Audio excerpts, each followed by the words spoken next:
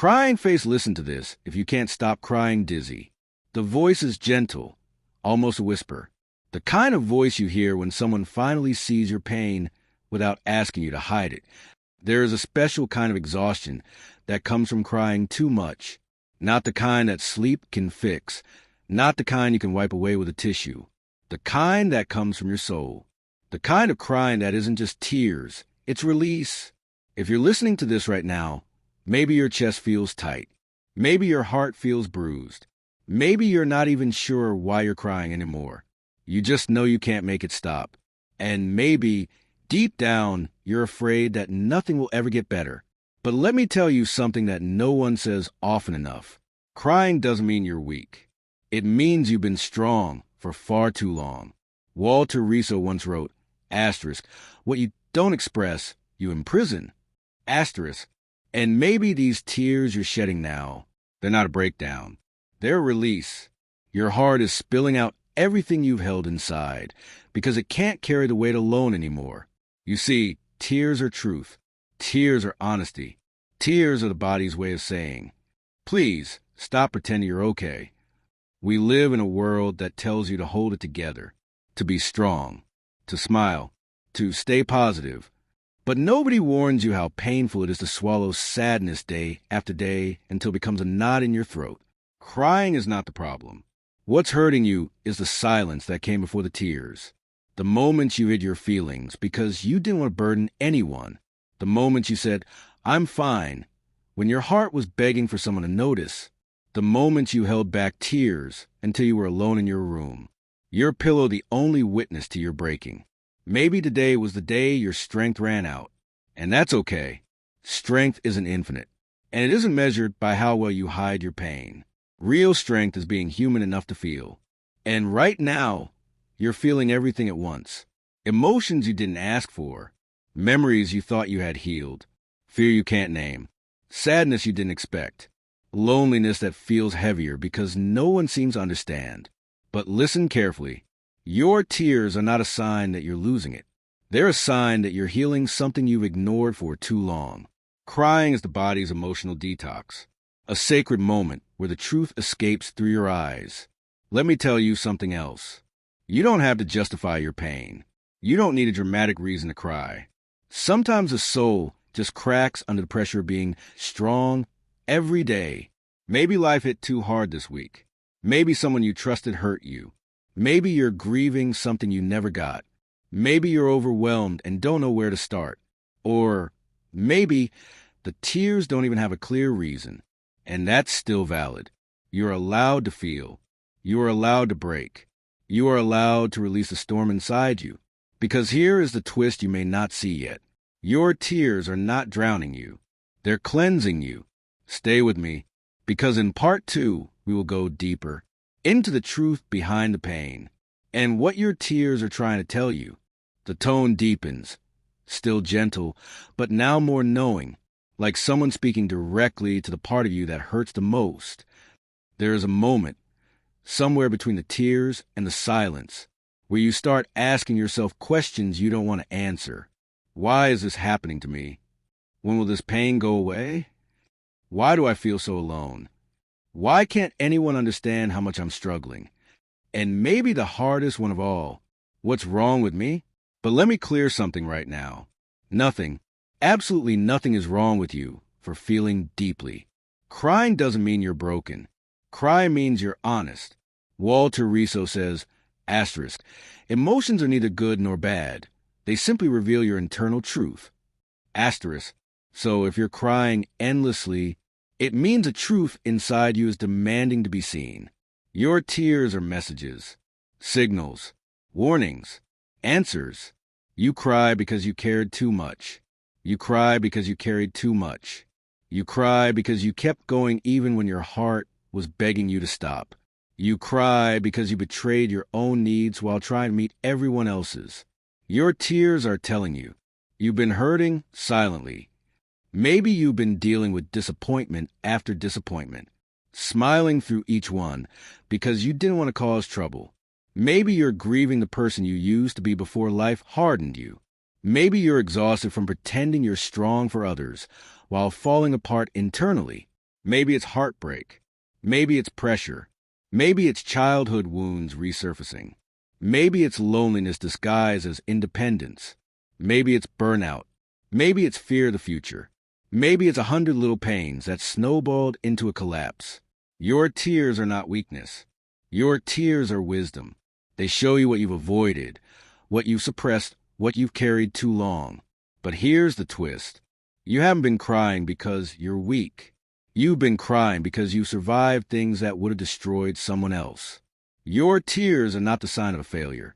They are the sign of someone who kept holding on, even when everything inside was falling apart. Your crying means you're still fighting, still feeling, still human, still alive, and maybe your tears are trying to wash away the version of you who believed they had to be unbreakable to be loved. Stay with me, because in part 3, something important happens. You begin to understand your pain, and more importantly, what to do with it. The tone shifts, still tender, but now stronger, almost like someone placing a supportive hand on your shoulder. This is the part where the healing begins. Not because the pain is gone, not because the tears stopped, not because everything suddenly makes sense, but because now you're finally allowing yourself to feel. Crying isn't the breaking. Crying is the opening of emotional space you've kept locked for too long. And now, in this vulnerable opening, something miraculous happens. You start to hear the truth beneath the tears. A quiet voice you've ignored for years begins to whisper, "I'm tired of pretending. I need help. I need rest. I need love. I need to be heard. I need to stop carrying everything alone." This is your soul's voice, raw, unfiltered, authentic. Walter Riso teaches that denying your emotions is emotional suicide. You can't heal what you hide. You can't fix what you won't face. And you can't move forward while dragging your invisible wounds through every day of your life. Your tears are pulling truth to the surface, truth you've buried under, responsibilities, expectations, survival mode, guilt, shame, fear, perfectionism, trauma, heartbreak, emotional exhaustion. But here's the twist. The power you're looking for is not in stopping the tears. It's in understanding what they're revealing. Your body cries when your mind refuses to speak. Your soul cries when your heart has been ignored. Your tears are your internal alarm system. Something needs attention. Something needs compassion. Something needs change. And now, for the first time in a long time, you're listening. This shift, this awareness, is the beginning of emotional liberation. Because once you understand your pain, you can begin to heal it. Not overnight, not instantly, but consistently. Healing isn't dramatic. Healing is subtle. Healing is slow. Healing is honest. It looks like Sparkles setting boundaries. Sparkles saying no. Sparkles asking for support. Sparkles resting without guilt. Sparkles removing toxic people. Sparkles confronting suppressed emotions. Sparkles allowing yourself to feel worthy again. Healing doesn't erase sadness. It transforms your relationship to it. You stop drowning in it and start learning from it. And maybe, for the first time in months, you realize you are not powerless. You are not broken. You are not hopeless. You are becoming aware. And awareness is the beginning of freedom. Stay with me, because in part 4 you rise, not because the pain disappears, but because you do not disappear this time. The voice grows firmer now, still compassionate, but carrying strength. This is the part where the breaking becomes a rebuilding. You've cried. You've felt. You've opened the wounds you spent years trying to hide. And now, something inside you shifts. This is a rebirth. The moment where sadness stops drowning you and begins transforming you. Because crying is not a sign of falling apart. It's the sign that you're finally letting go of the emotional weight you were never meant to carry alone. Walter Riso says, asterisk, every emotional wound untreated becomes chronic pain. Asterisk, your tears are proof that you are treating something that has gone untreated for too long. And now, slowly, quietly, you begin reclaiming pieces of yourself you lost in the chaos. You rebuild through small acts of kindness toward yourself. Sitting in silence without judging your emotions, breathing deeply instead of panicking, drinking water after crying instead of ignoring your body, letting someone comfort you instead of pretending you're fine, getting up even when it feels impossible, doing one thing today that brings you peace. Happiness won't rush back instantly, but peace will begin whispering to you again. You start recognizing your resilience, not the forced kind, not the overachieving kind, not the I'm fine facade. Real resilience, the ability to be soft and survive. Your tears are drying, but your strength is rising. You begin to tell yourself truths that feel foreign but deeply needed. I deserve rest. I deserve compassion. I deserve to feel safe. I deserve to feel supported. I deserve a life that doesn't break me. I deserve to heal. This is the part where you feel the emotional weight lifting, not because everything is fixed, but because you are changing. You stop blaming yourself for your pain. You stop minimizing your emotions. You stop apologizing for being human. You stop expecting yourself to be unbreakable. You start protecting your peace. You start listening to your inner voice. You start letting go of what hurts you. You start believing that you deserve better. You start becoming the version of you that pain tried to bury. And then comes the twist, the moment that surprises you. You realize that the strongest version of you is not the one who never cries, but the one who allows themselves to feel and still decides to rise. Stay with me, because in part 5, the final part, you will discover something powerful. Your tears weren't the end. They were the beginning of your emotional freedom. The voice now feels whole, peaceful, steady, knowing. This is not the voice of someone comforting your pain. This is the voice of someone guiding you out of it. This is the moment you've been waiting for, the moment where you look back and realize something powerful. Your tears did not break you. They revealed you. They washed away the numbness. They softened the walls around your heart. They forced you to stop pretending. They showed you where it hurt. They cleansed what your soul could no longer carry. They made room for peace. Now, after all the crying, after all the trembling, after all the nights you felt alone with your emotions, you've arrived at a truth stronger than the pain. You can survive your sadness, because you already have. Walter Riso teaches, asterisk, emotional healing does not erase pain. It integrates it into wisdom. Asterisk, and that's exactly what you're doing now. Your tears have turned into wisdom. Your sadness has turned into clarity. Your healing has turned into strength. This is not the end of your story. It's the beginning of the version of you who no longer hides from themselves. You begin to breathe differently, slower, calmer, with intention. You begin to speak to yourself differently, with patience, kindness, gentleness. You begin to walk differently, more grounded, more aware, more human. You realize that feeling deeply is not a curse. It's a gift. Sensitive souls build deeper connections. They notice beauty others overlook. They love with intensity. They heal with compassion. They rise with softness. Your tears didn't weaken you. They woke you. And now you get to rebuild your life in a way that honors your heart. Here's what you now know. Sparkles, it's okay to cry. Sparkles, it's okay to feel. Sparkles, it's okay to ask for help. Sparkles, it's okay to need rest. Sparkles, it's okay to start over. Sparkles, it's okay to let go. Sparkles, it's okay to be human. And here's the final twist. The one your pain tried to hide from you. You were never broken. You were breaking open to truth, breaking open to strength, breaking open to a softer, brighter, wiser version of yourself. Take a deep breath. Feel your chest rise slowly, without the heaviness it carried before. You survived the storm, and now you get to feel the calm. Your tears did not defeat you. They freed you. And from this moment forward, you will not fear your emotions. You will honor them. You will not force yourself to be strong. You will allow yourself to be real. You will not drown in sadness. You will learn from it, and you will remember this truth. Whenever life feels heavy again, you are allowed to feel. You are allowed to cry. You are allowed to heal, and you will rise every single time.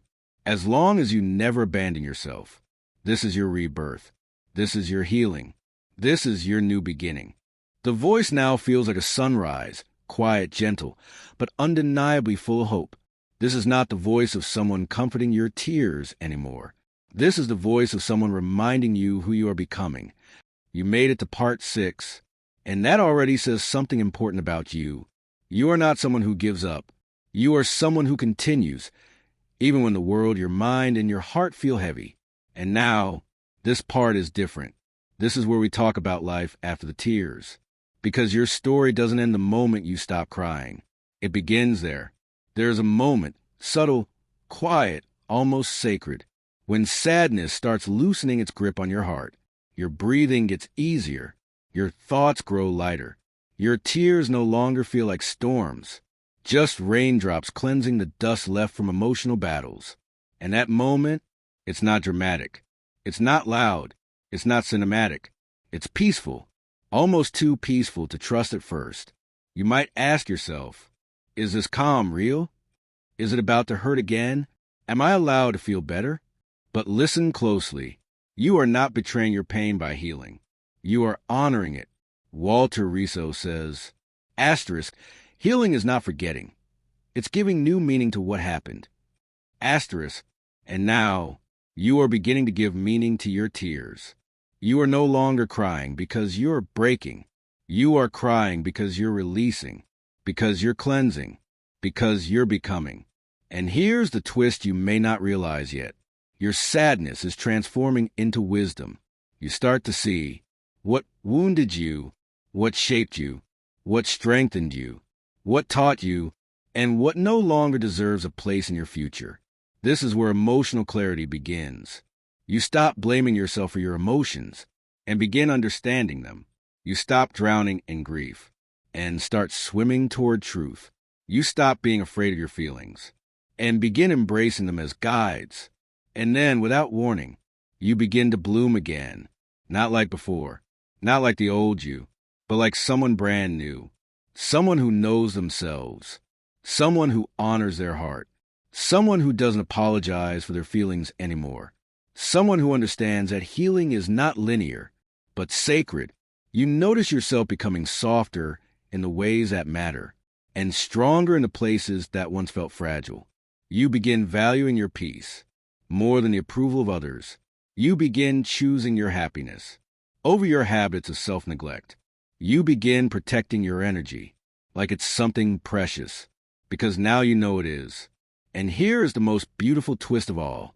You start feeling grateful, not for the pain, but for the transformation it created in you. You realize your tears taught you resilience. Your sadness taught you compassion. Your vulnerability taught you wisdom. Your emotional cracks taught you openness. Your breaking taught you how to rebuild with intention. And now you carry something rare, a kind of emotional intelligence that only people who have felt deeply can ever understand. You no longer fear crying. You no longer fear feeling. You no longer fear being human. Because now you know that tears are not the end. They are the beginning of truth. And the truth is, you are healing. You are growing. You are rising. You are returning to yourself. So whenever the sadness comes back, and it will because you're human, you won't collapse like before. You won't drown like before. You won't fear it like before. Instead, you'll whisper to yourself, I've been here before, and I know my way out. Because now you do. You have made peace with your tears. You have made peace with your emotions. You have made peace with your heart. And this peace, the one you're feeling right now, is the beginning of a new chapter, where your pain no longer controls you, but guides you. This is not part 6. This is your next beginning.